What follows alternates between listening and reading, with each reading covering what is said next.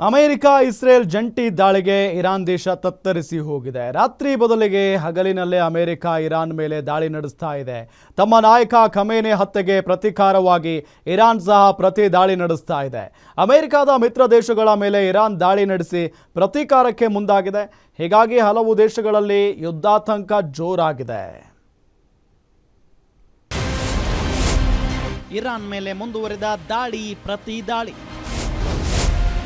ಜಗತ್ತಿನ ಹಲವು ದೇಶಗಳಲ್ಲಿ ಹೆಚ್ಚಿದ ಯುದ್ಧಾತಂಕ.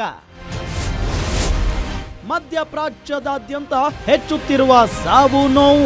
ಇರಾನ್ ಇಸ್ರೇಲ್ ಯುಎಸ್ ಯುದ್ಧವು 3ನೇ ದಿನಕ್ಕೆ ಕಾಲಿಟ್ಟಿದೆ.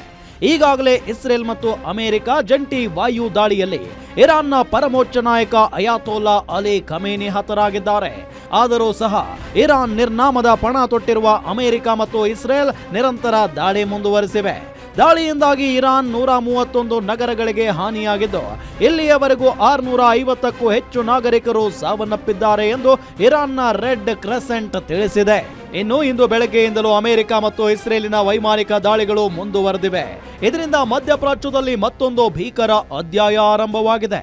ಇದೀಗ ಇರಾನ್ ಸೇನಾ ಕಮಾಂಡರ್ಗಳು ತಮ್ಮ ಸರ್ವೋಚ್ಚ ನಾಯಕನ ಸಾವಿಗೆ ಪ್ರತೀಕಾರ ತೀರಿಸಿಕೊಳ್ಳುವುದಾಗಿ ತಿಳಿಸಿದ್ದಾರೆ. ಇಂದು ಕುವೈತ್ನ ಅಮೆರಿಕ ರಾಯಭಾರ ಕಚೇರಿ ಮೇಲೆ ಇರಾನ್ ವೈಮಾನಿಕ ದಾಳಿ ನಡೆಸಿದೆ. ಈ ವೇಳೆ ಅಮೆರಿಕದ F-15 ಫೈಟರ್ ಜೆಟ್ ಇರಾನ್ ಹೊಡೆದುರುಳಿಸಿದೆ. ಇದರಿಂದ ಪ್ರಾದೇಶಿಕ ಉದ್ವಿಗ್ನತೆಯನ್ನ ಮತ್ತಷ್ಟು ಹೆಚ್ಚಾಗಿಸಿದೆ.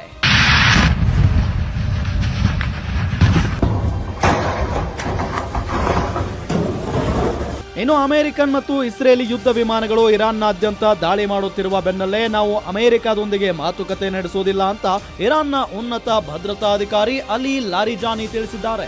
ನಾವು ಯಾವುದೇ ಕಾರಣಕ್ಕೂ ಅಮೆರಿಕದೊಂದಿಗೆ ಮಾತುಕತೆ ನಡೆಸುವುದಿಲ್ಲ, ನಾವು ಪ್ರತೀಕಾರ ತೀರಿಸಿಕೊಂಡೇ ತೀರುತ್ತೇವೆ ಅಂತ ಹೇಳಿದ್ದಾರೆ.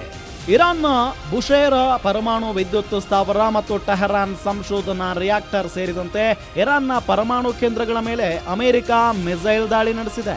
ಇದರಿಂದ ಇರಾನ್ನ ಪರಮಾಣು ಸ್ಥಾವರದಲ್ಲಿ ವಿಕಿರಣ ಸೋರಿಕೆ ಸಾಧ್ಯತೆ ದಟ್ಟವಾಗಿದೆ.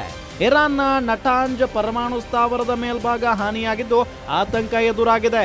ಒಟ್ಟಾರೆ ಈಗಾಗಲೇ ಯುದ್ಧ ಪ್ರಾರಂಭ ಆದಾಗಿನಿಂದ ಇಸ್ರೇಲ್ 1 ಲಕ್ಷಕ್ಕೂ ಹೆಚ್ಚು ಮೀಸಲು ಸೈನಿಕರನ್ನ ಕರೆಸಿಕೊಂಡಿದೆ ಮತ್ತು ದಕ್ಷಿಣ ಲೆಬನಾನ್ 53 ಹಳ್ಳಿಗಳ ನಿವಾಸಿಗಳನ್ನ ಸ್ಥಳಾಂತರಿಸಲಾಗಿದೆ. News desk, guarantee news, Bengaluru.